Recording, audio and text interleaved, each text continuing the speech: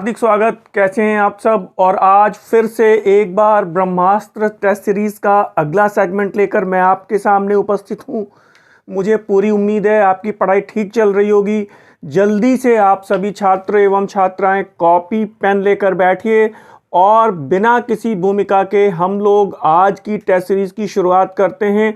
और पहला प्रश्न आपकी स्क्रीन पर है। पहला प्रश्न प्रागैतिहासिक काल से है और बहुत शानदार अच्छा प्रश्न है। मुझे उम्मीद है आप गलत नहीं करेंगे। पहले आप इस प्रश्न को एक बार पढ़ लीजिए।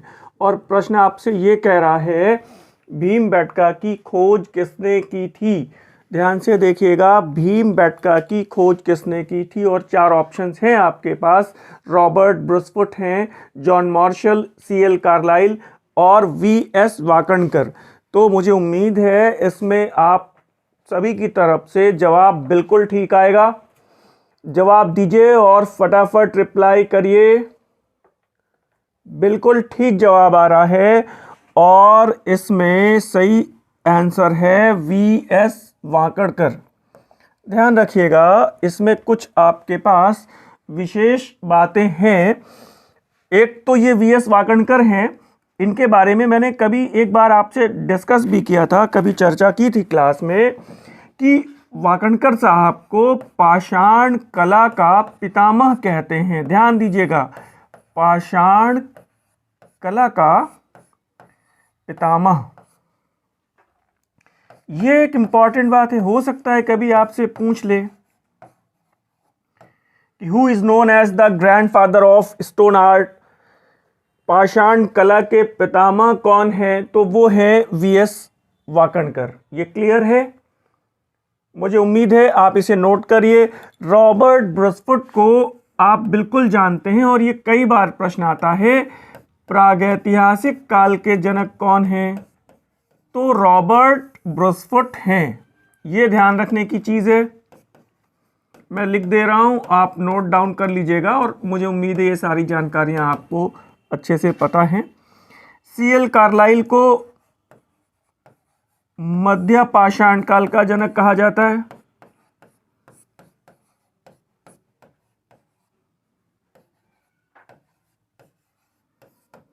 ठीक है, और यहीं पे कहिए तो मैं लिख देता हूं, जॉन लुबॉक को नव पाषाण काल का जनक कहते हैं। ध्यान रखिएगा, ये सारी जानकारियां आप सभी को पता हैं। छोटे प्रश्न हैं, गलत नहीं होने चाहिए। और आप सभी ने एक बड़ी कॉमन बात देखी होगी, लगातार आप लोग सरल प्रश्न ही गलत कर रहे हैं। ये सुधार करना है आपको। एक बात यहां पर यह भी ध्यान देना चाहिए कि भारतीय पुरातत्व के जनक कौन है, who is known as the father of Indian archaeology. तो जवाब आपको पता है, आप चाहें तो जवाब दे सकते हैं, बता सकते हैं। भारतीय पुरातत्व के जनक कौन है, तो अलेक्जेंडर कनिंघम। ये बात क्लियर हो गई। और यहाँ पर आपके पास 5-6 इंफॉर्मेशन पहले ही प्रश्न में मिल रही है।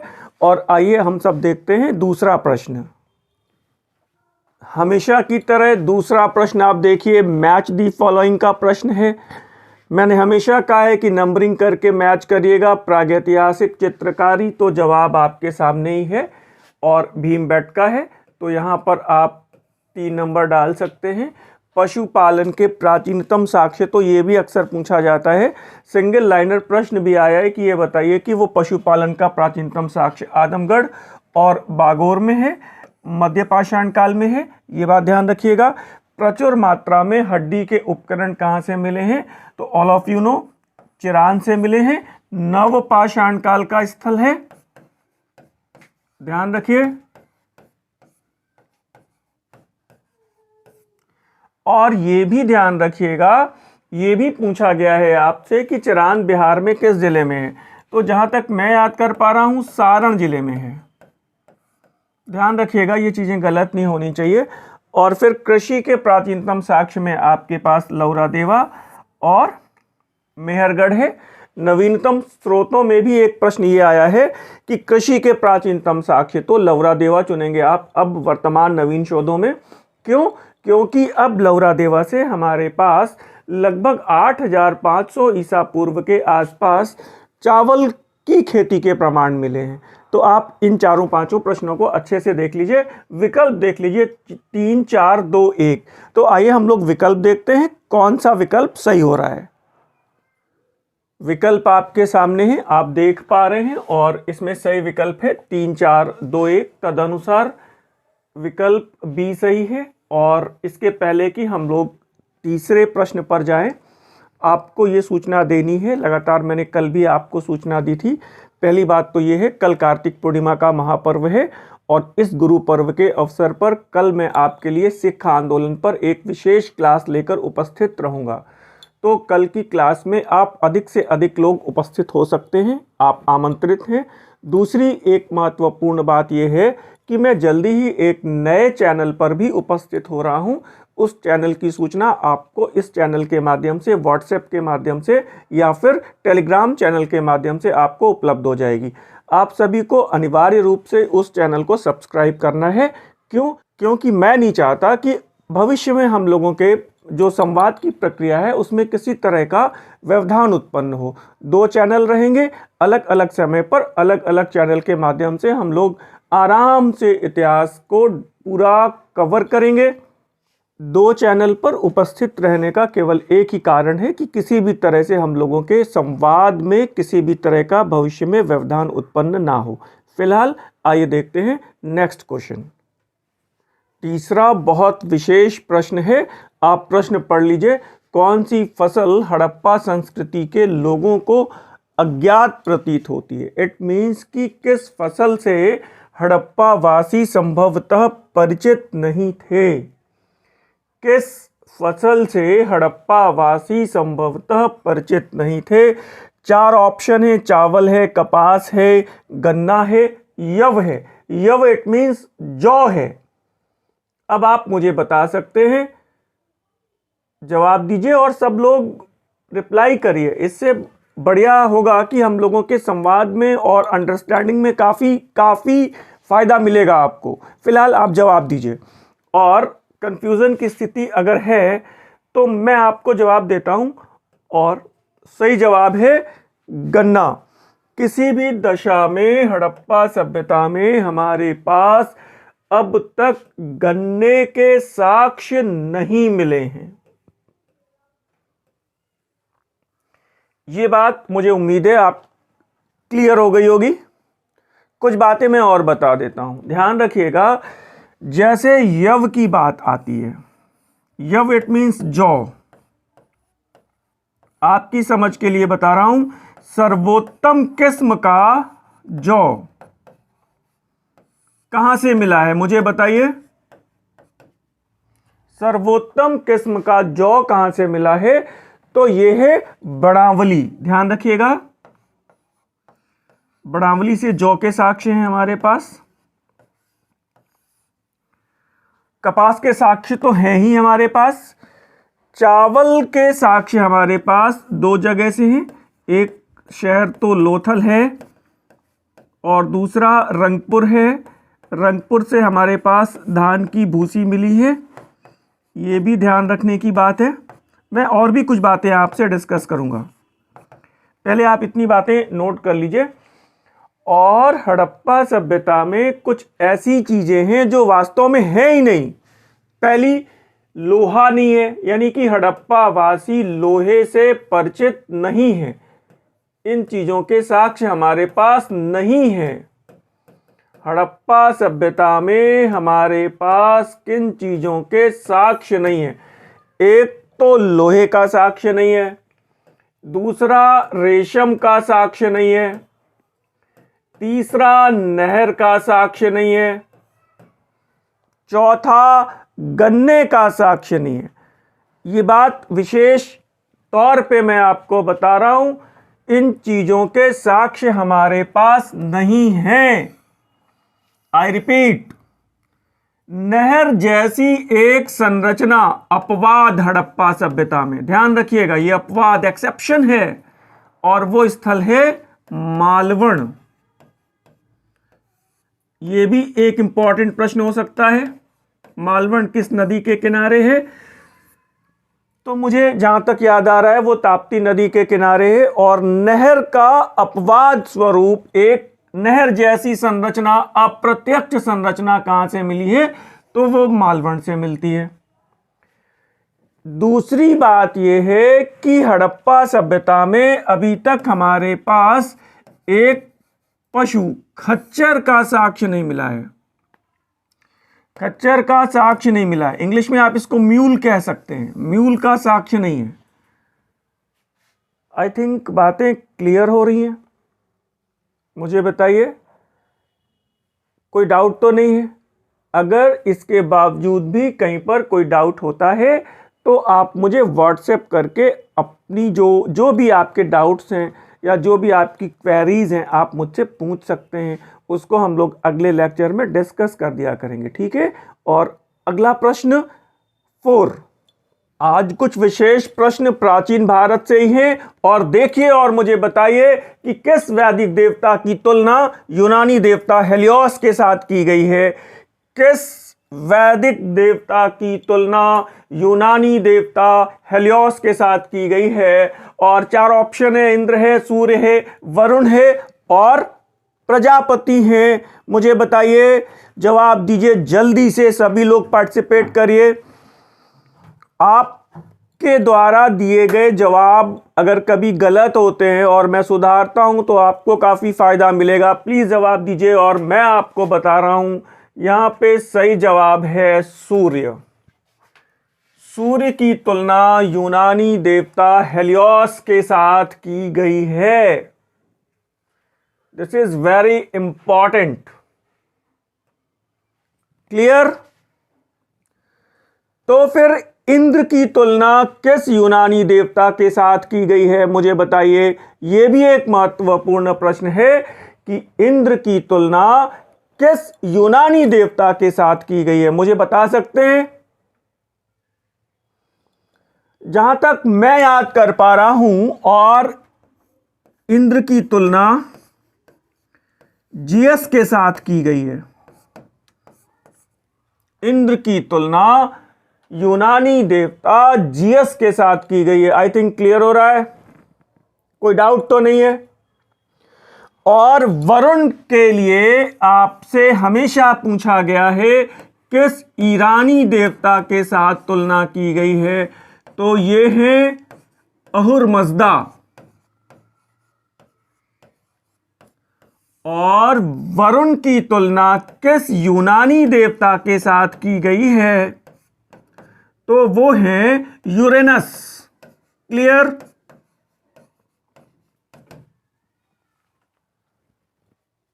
क्लियर हो रही हैं बातें? मुझे बताइए, सोम की तुलना किस ईरानी देवता के साथ की गई है? तो जवाब क्या आएगा? बताइए, प्रश्न आया है ये सब। तो सोम है ईरानी देवता होम। क्लियर? वनस्पति का देवता है, वनस्पतियों का स्वामी है। ऋग्वेद का 9वां मंडल सोम को समर्पित है। पता नहीं कितने प्रश्न बने हैं। मेरा उद्देश्य केवल यह है कि वो प्रश्न जो गलत हो सकते हैं या कभी परीक्षा में पूछे जा सकते हैं वो गलत नहीं होने चाहिए। आप देखिए, इसे स्क्रीनशॉट ले सकते हैं और हम लोग अगला प्रश्न डिस्कस करते हैं। नेक्स्ट क्वेश्चन उत्तर वैदिक काल से है और यह प्रश्न कह रहा है कि उत्तर वैदिक काल में, बहुत ध्यान से पढ़िए, जल्दबाजी मत करिएगा, सीमांत क्षेत्रों का अधिकारी कहलाता था। सीमांत क्षेत्रों का अधिकारी क्या कहलाता था? शतपति, गोवीकर्तन, स्थपति या फिर छत्ता? बताइए। अच्छा चलिए, 2 ऑप्शन में एलिमिनेट कर देता हूं, सी और डी को हटा दिया। अब स्थपति और शतपति में बताइए, ध्यान दीजिएगा। और यहां पे सही जवाब है स्थपति। स्थपति सीमांत क्षेत्रों का अधिकारी है। सीमांत क्षेत्रों का ध्यान दीजिएगा। इससे क्या पता चल रहा है? एक बात बहुत क्लियर हो रही है कि उत्तर वैदिक काल में प्रांतीय प्रशासन की संकल्पना जन्म ले रही थी। आप देखो, शतपति 100 गांवों का अधिकारी है। देखिए, शतपति 100 गांवों का अधिकारी है। दिख रहा है आपको? गलत तो नहीं हो रहा है? सही है। आपको यह ध्यान रखना चाहिए, उत्तर वैदिक काल में भूमि अस्तित्व में आ गई है और ऋग्वैदिक काल के जन अब जनपद में कन्वर्ट हो रहे हैं। आप देखते हैं ऐसे, फिर यही प्रक्रिया, जनपदों की प्रक्रिया आगे दिखाई पड़ती है 16 महाजनपदों के रूप में। ध्यान दीजिएगा, 16 महाजनपदों के रूप में। क्लियर? तो अब एक बात और मैं आपसे यहां पे डिस्कस कर देता हूं कि गोविकर्तन वैदिक काल में कौन था। तो जहां तक मुझे याद आ रहा है वो चारागाह अधिकारी है। कंफर्म करिए।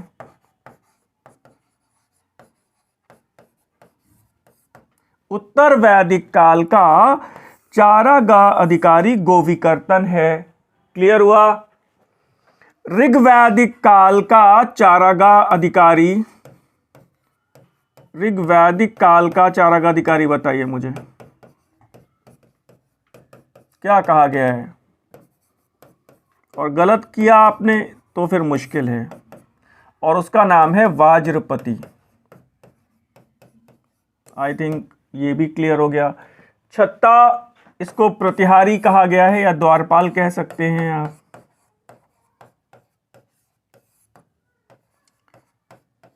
ठीक है, तो देखो एक प्रश्न में कितने सारे प्रश्न क्लियर हो रहे हैं। 5 से 6 प्रश्न हर प्रश्न में समाहित हैं और आपको मेरी क्लास में बहुत धैर्य से बैठना होगा। जल्दबाजी नहीं करते हैं तभी आपका फायदा है। और कहते हैं हमेशा वो कहावत कि सबसे लंबा रास्ता शॉर्टकट होता है। जल्दबाजी बिल्कुल मत करिएगा। और देखते हैं अगला प्रश्न, प्रश्न संख्या 6। आप ध्यान से पढ़िए। कौन से कश्मीरी शैववाद के अंग नहीं हैं? 4 लोगों के नाम हैं। सोमानंद हैं, लकुलीश हैं, वसुगुप्त हैं और अभिनव गुप्त हैं। और आई थिंक इसमें बहुत डिस्कशन की ज़रूरत ना करते हुए और समय ना लेते हुए मैं जवाब देता हूं। जवाब आपको पता है और इसमें लकुलेश इज द राइट आंसर। और आपको पता है कि ये पाशुपत संप्रदाय के संस्थापक हैं। शैवों का प्राचीनतम संप्रदाय पाशुपत संप्रदाय है, ये भी आपको पता चल गया है। और मैंने कई बार इस तरह से प्रश्न आपसे डिस्कस किए हैं। लगातार ये इस तरह के प्रश्न आए हैं। और पाशुपत, फिर ये कभी आपको ध्यान देना चाहिए कि कहाँ पे अवतरित हुए। तो भारुकक्ष गुजरात में कायावरोहण नामक स्थान पर अवतरित हुए। कायावरोहण नामक स्थान पर लकुलीश अवतरित हुए। फिर एक बात है कि लकुलीश के अनुयायियों को या फिर पाशुपत संप्रदाय के अनुयायियों को क्या कहा गया है? उनकी उपाधि मुझे बताइए।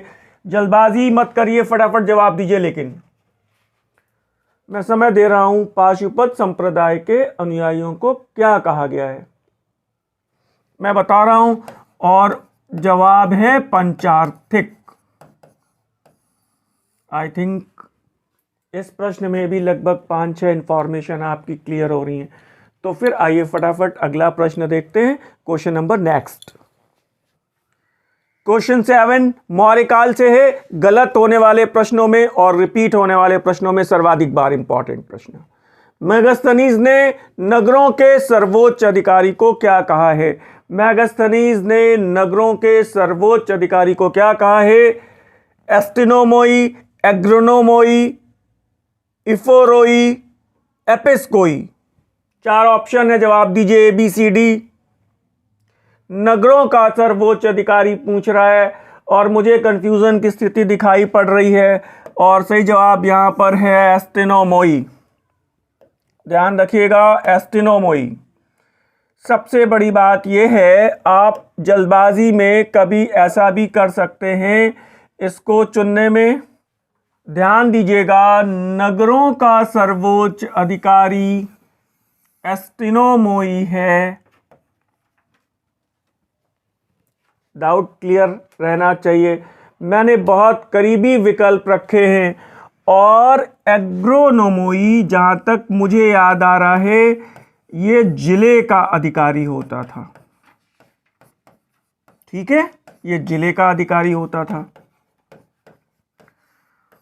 और ऐसा भी कहा गया है कि इस अधिकारी को मार्गों के रख रखाव की जिम्मेदारी भी थी इसके पास।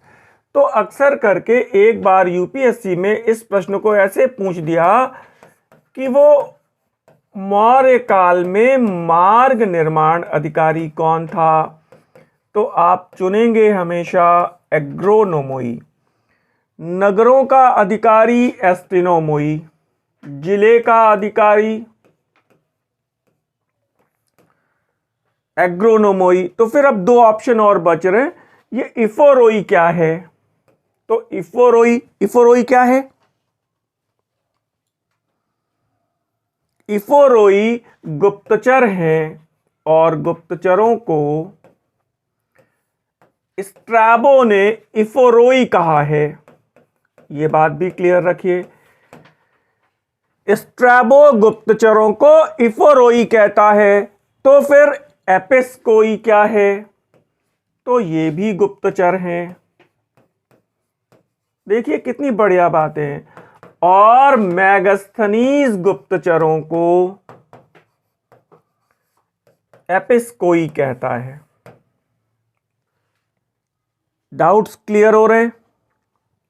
ठीक है, एक बात और, अब बात गुप्तचरों की आ रही है, तो कौटिल्य ने गुप्तचरों को क्या कहा है? गुप्तचरों को कौटिल्य क्या कहते हैं बताइए? गूढ़ पुरुष कहते हैं। ठीक है, 2 तरह के गुप्तचर हैं, यानी गूढ़ पुरुष में भी 2 हैं। एक संस्था है जो एक ही स्थान पे रह के गुप्तचरी करते हैं, और भ्रमणशील गुप्तचरों को संचरह कहा गया है। ये बात भी क्लियर हो गई। और आप मुझे ये बताइए कि कौटिल्य ने गुप्तचर विभाग के प्रमुख अधिकारी को क्या कहा है?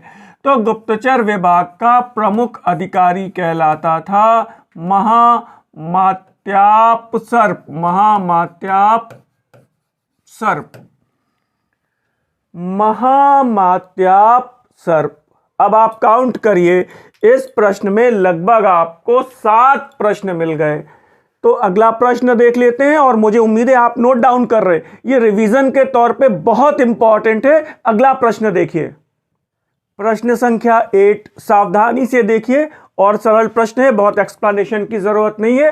किस यूनानी लेखक ने लिखा है कि जहाज एवं पोत निर्माण में मौर्य शासकों का एकाधिकार था? बहुत समय नहीं लूंगा, जवाब आपको पता है, मुझे बताइए। और बिल्कुल ठीक जवाब आ रहा है, और इसमें सही जवाब स्ट्रैबो है। ध्यान रखिएगा, सही जवाब इसमें स्ट्रैबो है। स्ट्रैबो लिखता है, क्या लिखता है कि मौर्य शासकों का जहाज एवं पोत निर्माण में उनका एकाधिकार है। उनका एकाधिकार है। यह बात क्लियर हुई? एक बात और ध्यान रखिएगा, यह प्रश्न ऐसे भी आया है कि आचार्य कौटिल्य ने अपनी चतुरंगिणी सेना में किस सेना का उल्लेख नहीं किया है? तो ध्यान रखिएगा, आचार्य कौटिल्य अपनी चतुरंगिणी सेना में नौसेना का उल्लेख नहीं करते। यह बहुत इंपॉर्टेंट बात है, नौसेना का उल्लेख नहीं करते हैं। ये सब ऐसे प्रश्न है ना, छात्रों को हमेशा डाउट में बने हुए हैं। आचार्य कौटिल्य नौसेना का उल्लेख नहीं करते हैं, ये ध्यान रखिएगा। तो उन्होंने बताया है कि रथ बल है, हस्ती बल है, पैदल है और अश्व बल है।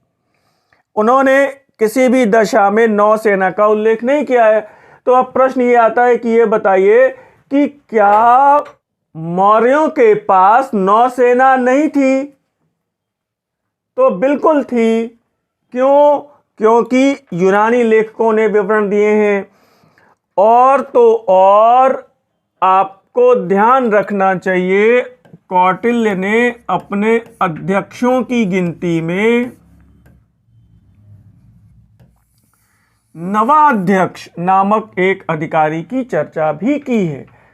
तो आई थिंक हम लोग अगले क्वेश्चन की तरफ बढ़ सकते हैं। और अगला 9वां प्रश्न आप देखिए। कुषाण काल से प्रश्न है और कह रहा है, किस कुषाण शासक विमा कटफिसस की उपाधि है? द्रमीय, सर्वलोकेश्वर एवं माहेश्वर, देवदेवस या फिर धर्मराज? जवाब तो आप दे ही पाएंगे। और बिल्कुल ठीक है, इसमें सही जवाब है सर्वलोकेश्वर एवं माहेश्वर। आपको यह देखना चाहिए, विमा कटफिसस पहला ज्ञात विदेशी जिसने शैव धर्म को स्वीकार किया। शैव धर्म को स्वीकार करने वाला भारत में पहला विदेशी विमा कटफिसस। शैव धर्म को स्वीकार करने वाला। इसके सिक्कों पर जटाजूटधारी शिव अंकित हैं। लिख रहा हूं मैं। इनका वाहन नंदी बैल भी अंकित है और त्रिशूल भी अंकित है। तो पहला ज्ञात विदेशी जिसने भारत में शैव धर्म को स्वीकार किया वो विमा कटफिसस है। और इसी तरह देवदेवस की उपाधि लेने वाला, मैं जहां तक समझ पा रहा हूं, ये हेलियोडोरस है, यूनानी राजदूत जो शुंग शासक भागभद्र के दरबार में आया। यहां पर आकर उसने भागवत धर्म को स्वीकार कर लिया। यह हेलियोडोरस है, भारत में पहला ज्ञात विदेशी जिसने भागवत धर्म को स्वीकार किया वो हेलियोडोरस है। भारत में पहला ज्ञात विदेशी जिसने बौद्ध धर्म को अंगीकार किया उसका नाम मुझे बताइए। और वो है, कौन है बताइए? मेनांडर। मेनांडर के सिक्कों पर चक्र का अंकन है। और वो प्रसिद्ध ग्रंथ मिलिंद पढ़ो, मिलिंद के प्रश्न, वो मेनांडर है जिसने बौद्ध भिक्षु नागसेन से कुछ संवाद किया है और फिर बाद में उसने बौद्ध धर्म को स्वीकार कर लिया। आप ध्यान रखिएगा, द्रमीय की उपाधि पहला शासक गोंदोफर्नीज की है, ये भी ध्यान रखिएगा।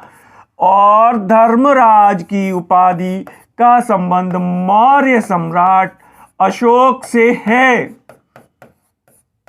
इतनी शानदार बातें इस प्रश्न में आपको मिल गई, जल्दी से मिलनी मुश्किल है। आप इस प्रश्न का स्क्रीनशॉट ले सकते हैं और फिर हम लोग आगे नेक्स्ट क्वेश्चन देखते हैं।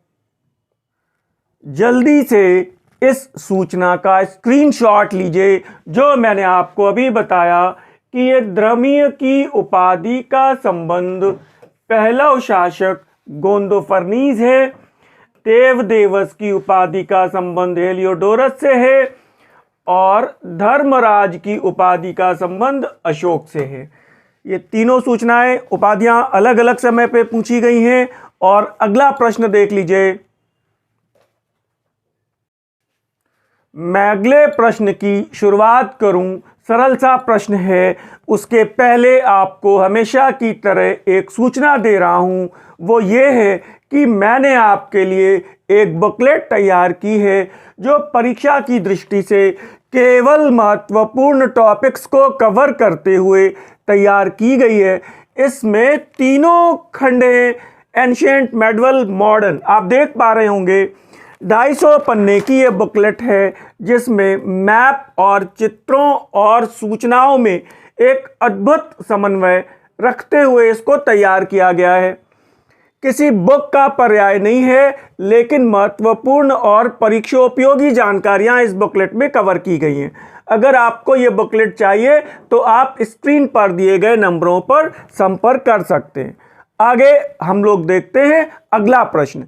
सती प्रथा का प्राचीनतम साहित्यिक साक्ष्य पूछ रहा है। हुविष्क का मथुरा अभिलेख, समुद्रगुप्त का इलाहाबाद स्तंभ लेख महाभारत में, या फिर भानुगुप्त का एरण अभिलेख। जल्दी बताइए, जल्दी जवाब दीजिए। और कंफ्यूजन की स्थिति है और सही जवाब है इसमें महाभारत में। ध्यान रखिएगा, सही जवाब है इसमें महाभारत में। प्रश्न को एक बार फिर से देखिए और पूछ रहा है साहित्यिक साक्ष्य। कितने छात्रों का यह प्रश्न गलत हुआ, मुझे रिप्लाई करिए। कितने छात्रों ने जल्दबाजी में प्रश्न को बिना पढ़े और समझे जवाब दिया है, मुझे जवाब दीजिए। फिलहाल आप ये देखिए, ये साहित्यिक साक्ष्य पूछ रहा है और आपने, कुछ छात्रों ने भानुगुप्त का एरण अभिलेख जवाब दिया। तो ये ध्यान दीजिएगा, ये प्राचीनतम अभिलेखीय साक्ष्य है, प्राचीनतम अभिलेखीय साक्ष्य है। ठीक है, मुझे ये बताइए इसकी तिथि। तो इसकी दो तिथियां हैं, तिथि बताइए। तो ईसवी संवत में 510 ईसवी, और या फिर गुप्त संवत जो इसमें तिथि अंकित है वो है 191। तो अगर ये प्रश्न कभी आपके पास ऐसे आ जाए, तिथि अगर पूछ रहा है, तो ये ध्यान रखिएगा, ईसवी संवत में 510 ईसवी और गुप्त संवत में 191। ये कैलकुलेशन आपको पता है ना कि गुप्त संवत 319 ईसवी में प्रारंभ हो रहा है। तो इसमें अगर आप 319 जोड़ देंगे तो आपको 510 ईसवी मिल जाएगा। ठीक है ना। तो आप चाहे गुप्त संवत 191 लिखिए और चाहे आप ईसवी संवत में 510 ईसवी लिखिए, दोनों तिथियों का जो अर्थ है वो बराबर ही है। अगले प्रश्न को देखें। क्वेश्चन नंबर 11, क्रम लगाना है, आप आसानी से लगा पाएंगे। आप देख लीजिए, काल क्रमानुसार इन्हें आप सजाएं। तो फाहियान आपको पता है गुप्त काल में आया है, मैगस्थनीज मौर्य काल में आया है, चीजें क्लियर हो रही हैं। ह्वेनसांग हर्षवर्धन के काल में आया है, और अलबरूनी आपको पता है महमूद गजनवी के साथ भारत आया है। ठीक है, तो अब आपको क्रम लगाने के लिए बहुत परेशान नहीं होना है। सबसे पहले 2 नंबर, इसके बाद फिर 1 नंबर, इसके बाद फिर 3 नंबर, और फिर इसके बाद 4 नंबर, 2 1 3 4। तो आइए हम लोग विकल्प देख लेते हैं और जल्दी से उत्तर ढूंढ लेते हैं। विकल्प आपके सामने है और 2 1 3 4 पहला विकल्प, तदनुसार यहाँ पे सही जवाब है ए। अगला और अंतिम प्रश्न आज की टेस्ट सीरीज के लिए। हमेशा की तरह आज की टेस्ट सीरीज का 12वां और अंतिम प्रश्न बहुत इंपॉर्टेंट है। हर्षवर्धन का समकालीन कामरूप असम का वह शासक कौन था? कामरूप का शासक पूछ रहा है जिसने शशांक के विरुद्ध हर्ष के पास संधि की मैत्री एवं सहायता का प्रस्ताव भेजा था। अवंती वर्मन, अंशुवर्मन, भास्कर वर्मन और दुर्लभ वर्धन। जवाब सरल है और आई थिंक बिल्कुल सही लोगों का सही जवाब आया है। और इसमें आपके पास सही जवाब है कामरूप यानी असम का शासक भास्कर वर्मन। ठीक है, इसने अपने एक दूत को भेजा था, उसका नाम भी याद रखिएगा, और उस दूत का नाम है हंसभेग। जिसके माध्यम से इसने शशांक के विरुद्ध सहायता देने का प्रस्ताव हर्षवर्धन के पास भेजा था। तो ये इसका मित्र कह सकते हैं आप कि हर्षवर्धन का ये मित्र है। और यहां पे अंशुवर्मन हर्षवर्धन का समकालीन है, कुछ याद आ रहा है? ये कहां का शासक है? अंशुवर्मन हर्षवर्धन का समकालीन है, ये नेपाल का शासक है। ध्यान रखिएगा, एक प्रश्न ये भी बन सकता है कि हर्षवर्धन का नेपाल का शासक जो समकालीन था वो कौन था? अंशुवर्मन था। ठीक है। एक प्रश्न मुझे और याद आ रहा है, दुर्लभ वर्धन, इसी ने हर्ष को बुद्ध का दांत सौंपा था। बुद्ध का दांत सौंपने वाला ये दुर्लभ वर्धन कश्मीर का शासक है। ये भी सही हो रहा है। मेरे एक प्रश्न का जवाब और दीजिए, हर्षवर्धन का समकालीन वल्लभी का शासक कौन है? वल्लभी यानी गुजरात। तो शायद आप जवाब दे पाएंगे, मुझे जल्दी से जवाब चाहिए। मैं आपको बताता हूं, वल्लभी का शासक है ध्रुवसेन द्वितीय। ठीक है। और ये हर्षवर्धन का दामाद भी है। बाद में हर्ष ने अपनी पुत्री का विवाह ध्रुवसेन के साथ किया, ये भी ठीक है। हर्षवर्धन का समकालीन वातापी का शासक कौन है? तो वो है पुलकेशिन द्वितीय, ये भी ध्यान रखिएगा। इसी के साथ हर्षवर्धन का युद्ध हुआ है।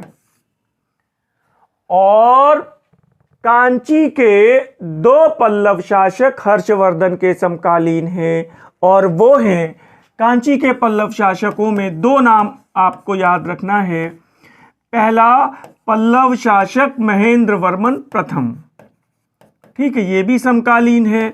और विशेष तौर पर जो दूसरा नाम है वो है नरसिंह वर्मन प्रथम, पल्लव शासक नरसिंह वर्मन प्रथम।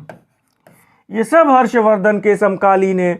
और आपको पता है कि ये पुलकेशिन द्वितीय नरसिंह वर्मन प्रथम से युद्ध करता हुआ युद्ध भूमि में मारा गया, वीर गति को प्राप्त हुआ था। और उसको परास्त करने के उपरांत नरसिंह वर्मन प्रथम ने वातापी कोंड की उपाधि ली थी। याद आ रहा है? मुझे बताइए। और फाइनली मैं समझ पा रहा हूं कि आज आपने एंशिएंट इंडिया में बहुत सारे डाउट्स क्लियर कर लिए होंगे। और तो और कल का लेक्चर इससे भी ज़्यादा महत्वपूर्ण होने वाला है। तो आप सभी कल की क्लास में सादर आमंत्रित हैं। और तब तक के लिए मुझे विदा दीजिए। धन्यवाद, नमस्कार।